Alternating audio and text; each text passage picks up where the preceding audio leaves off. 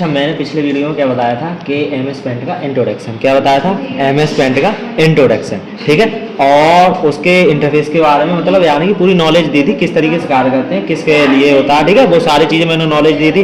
अब इस बार हम इस वाले वीडियो में मैं बताऊंगा MS पेंट के कुछ ऑप्शनों के बारे में। क्या बताऊंगा? कुछ ऑप्शनों के बारे में, किस तरीके से उस पर कार्य करते हैं ना, किस किस ऑप्शन का क्या कार्य होता है, ठीक है। तो वो भी डिटेल में मैं बताऊंगा, ठीक है। तो हम सबसे पहले उसको ओपन करते हैं। तो जब सबसे ज़्यादा यूज किया जाता है ओपन करने का तरीका, तो Window+R की दबाते हैं, यहाँ पर उसकी रन कमांड डाल देंगे जैसे MS पेंट और एंटर क्लिक कर देंगे। क्या कर देंगे? एंटर।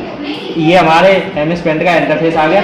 अब इसमें क्या आता है कि मैंने इन्हीं सारी चीज़ों के बारे में नॉलेज दी थी कि इसके इंटरफेस के बारे में, क्या किस पट्टी का क्या नाम है, ठीक है, वो सारी चीज़ें। तो आज हम होम टैब, यानी कि इनको मेन्यू या टैब बोलते हैं, तो होम टैब के रिबन पट्टी जो है, तो इसमें जो ऑप्शन है इनके बारे में समझेंगे, कुछ ऑप्शनों के बारे में, ठीक है। तो यहाँ से आ जाते हैं। तो यहाँ पर अभी देखो ये पेज छोटा है, तो यहाँ पर देखो एक पॉइंट आ रहा है, इस पॉइंट को अब माउस का दोनों तरफ एरो आ रहा है, तो इसको मैं बड़ा कर लेता हूँ इस तरीके से, ठीक है। इधर को मैंने खींच लिया, ठीक है, तो ये बड़ा हो गया, ठीक। अब नेक्स्ट आते हैं कि होम टैब में सबसे पहले क्लिपबोर्ड में कट, कॉपी, पेस्ट और पेस्ट फ्रॉम, यानी कि क्लिपबोर्ड में कौन कौन से ऑप्शन होते हैं उनको भी ध्यान देना होगा। माउस लेके जाओगे तो उनकी शॉर्टकट की भी आएंगी, जैसे पेस्ट की Ctrl+V है, ठीक है। अब यहाँ पर जिस ऑप्शन पर मतलब माउस लेके जाओगे तो उसकी शॉर्टकट की भी आएगी और उसका नाम भी आएगा, ठीक है, कौन सा किसका नाम है, ठीक है। तो ये भी तुमको ध्यान देना होगा। और प्लस ये ग्रुप होते हैं, जैसे clipboard, image, tools, shapes, colour, ये हमारे क्या होते हैं? ग्रुप होते हैं। ग्रुप के अकॉर्डिंग ऑप्शन होते हैं, ठीक है, कौन कौन से ऑप्शन किस में आते हैं। तो कुछ हम समझते हैं कौन कौन से ऑप्शन, ठीक है।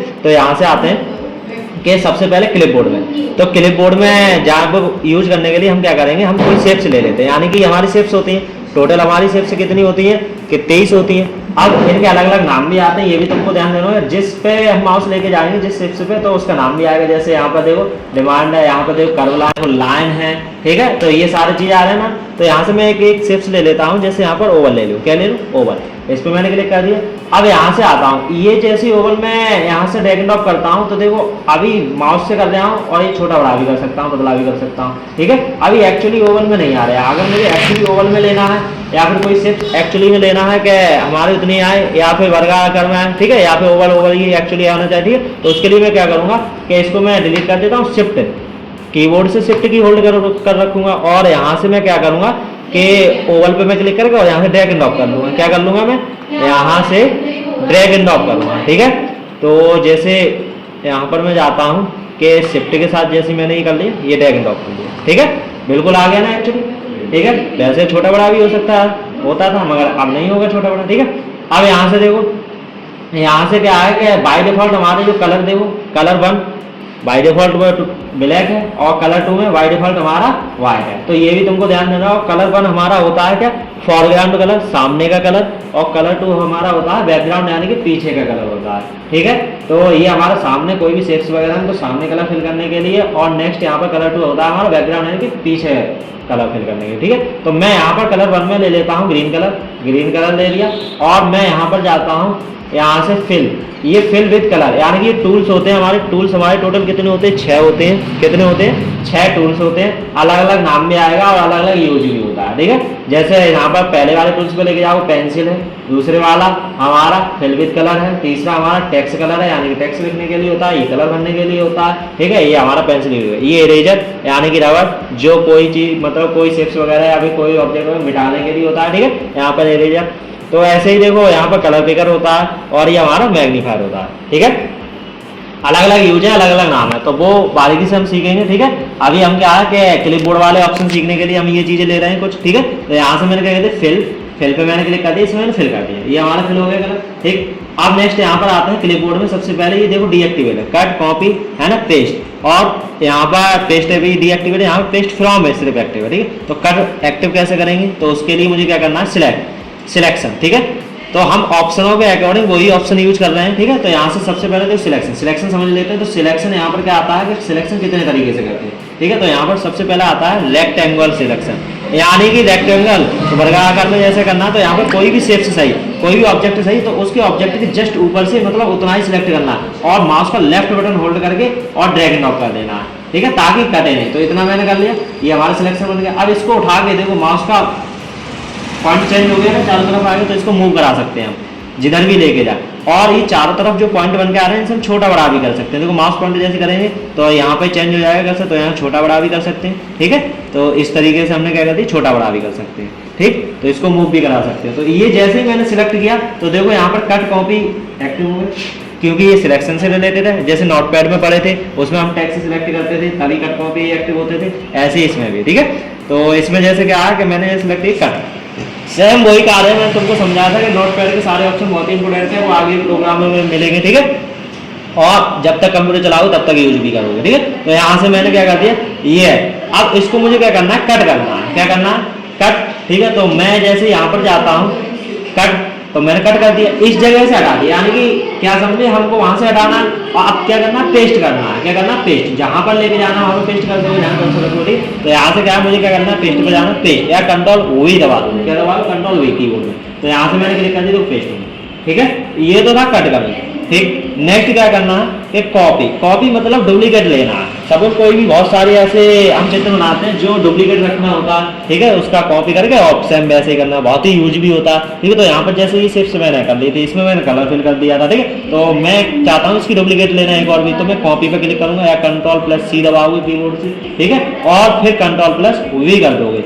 तो यहाँ से क्या पेस्ट हो गया, इसी के ऊपर हो गया, इसको मैं पकड़ के इधर को लेके जाता हूँ, ये क्या होगा, यानी कि डुप्लीकेट हो गया, यानी कि कॉपी करना, ठीक है। पेस्ट का कट कॉपी पेस्ट समझ में आ गया।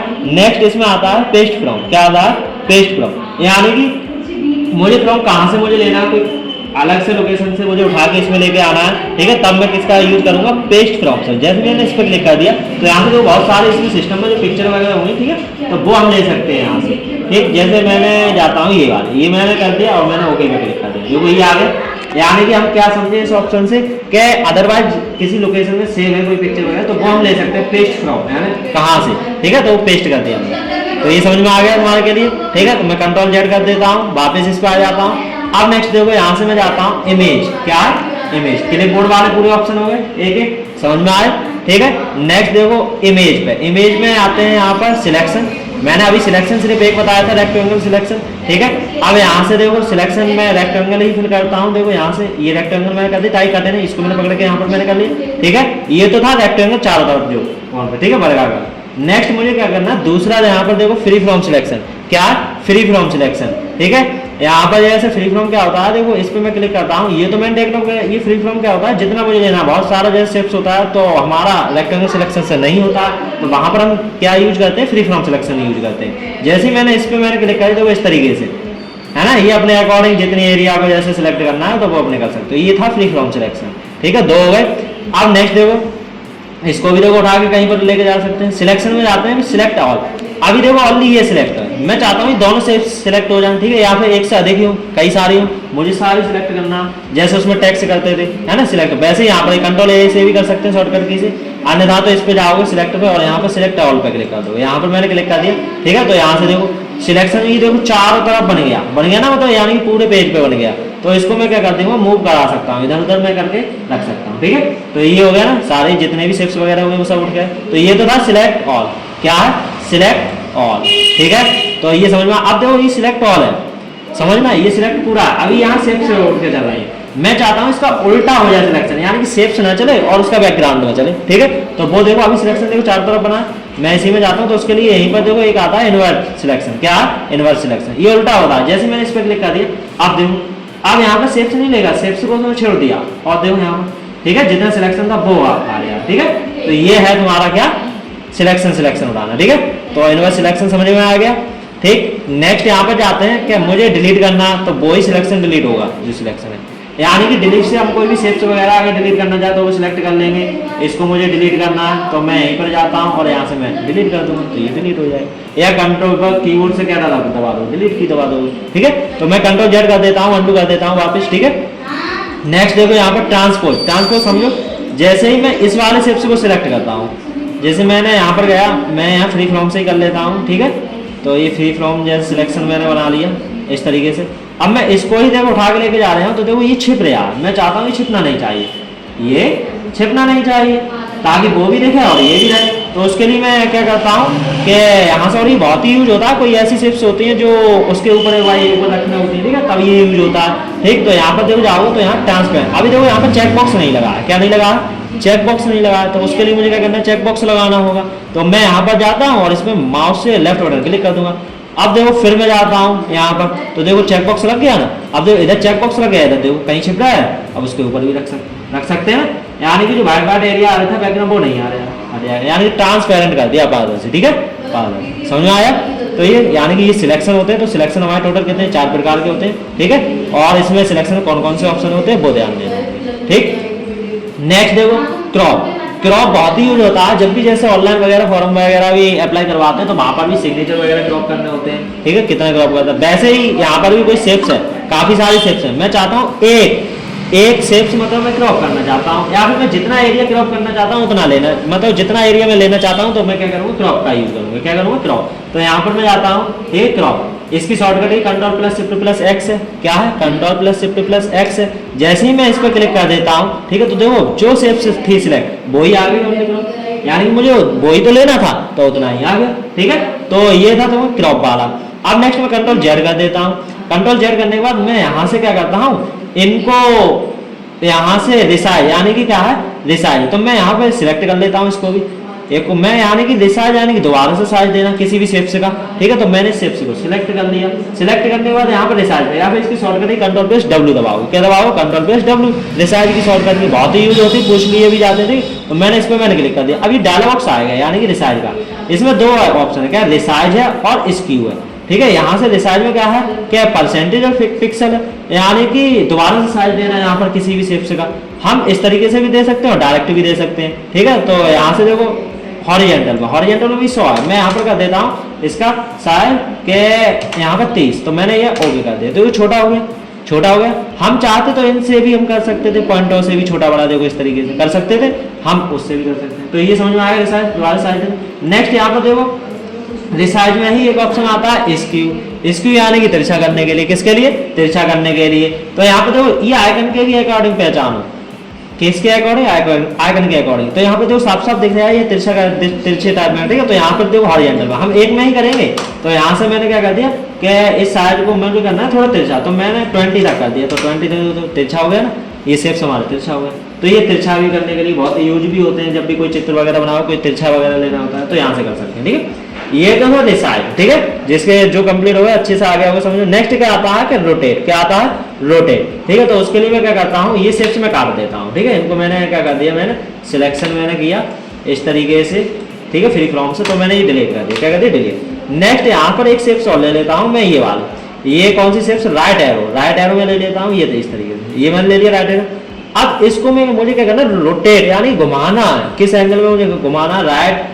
रोटेट राइट में करना है, क्या रोटेट लेफ्ट में करना है, क्या रोटेट 180 डिग्री सेंटीग्रेड में घुमाना, क्या फ्लिप वर्टिकल में, क्या फ्लिप हॉरिजॉन्टल में। ठीक है, तो ये वहां पर ही यूज होते हैं। जैसे कोई भी सेक्शन बनाया है, सपोज एक मानते हैं कि घर बनाया। ठीक है, एक घर का गेट इधर साइड पे है, किसके साइड पे है, कि राइट साइड पे है। ठीक है, और एक मैं चाहता हूँ कि सेम वैसा ही करना चाहता हूँ, लेफ्ट साइड पे भी लेना चाहता हूँ, यानी कि आमने सामने गेट करना चाहता हूँ। ठीक है, तो उसके लिए क्या करूँगा, यहीं से करते हैं। तो एक ही हम घर बनाएंगे, दो तो घर बनाने की आवश्यकता नहीं होगी, एक ही घर बनाएंगे उसी को आमने सामने कर देंगे। ठीक है, तो उसके लिए मैं क्या करें, उसके लिए ये यूज करते हैं। ठीक है, जिस एंगल में घुमाना, जैसे रोटेट राइट में घुमाना है तो रोटेट देखो right 90 degree centigrade, rotate left 90 degree centigrade पर, रोटेट 180। ठीक है, बिल्कुल अपोजिट इस तरीके से। या फ्लिप वर्टिकल तो है, यहाँ पे हॉरिजॉन्टल करना है, हॉरिजॉन्टल।